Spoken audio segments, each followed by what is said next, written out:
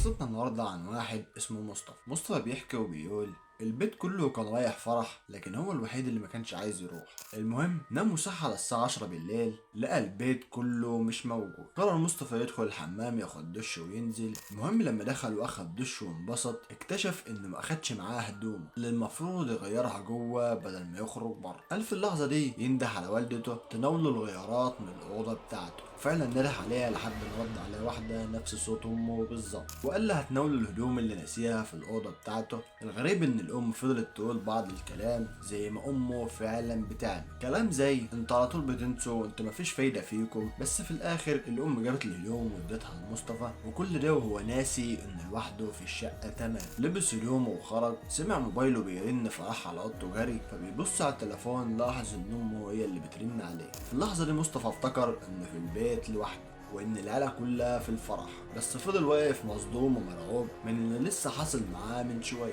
سأل نفسه في اللحظه دي هو مين اللي جاب له الهدوم من الاوضه واداها له الحمام. فرد على التليفون وقال يمكن امي جت ومشت، وكان عنده امل ان مفيش حاجه. لكن لما رد على التليفون والدته قالت له احنا راجعين من الفرح، ولو انت نازل استنانا لحد ما نوصل. قفل المكالمه من هنا وركبه كانت بتخبط في بعض، فمشى كده شويه ووقف وقال انه كمان سمع صوت في المطبخ كأن حد بيعمل اكل. ففي اللحظه دي مصطفى قرر يلبس هدومه ويخرج بسرعه من الشقه لحد ما العيله بتاعته ما ترجع. فضل قاعد على سلم العماره لحد ما عيلته وصلت، ولما شافوه كده سالوه ايه اللي مقعدك على سلم العماره. قال لهم على اللي حصل بس مفيش حد فيهم صدق.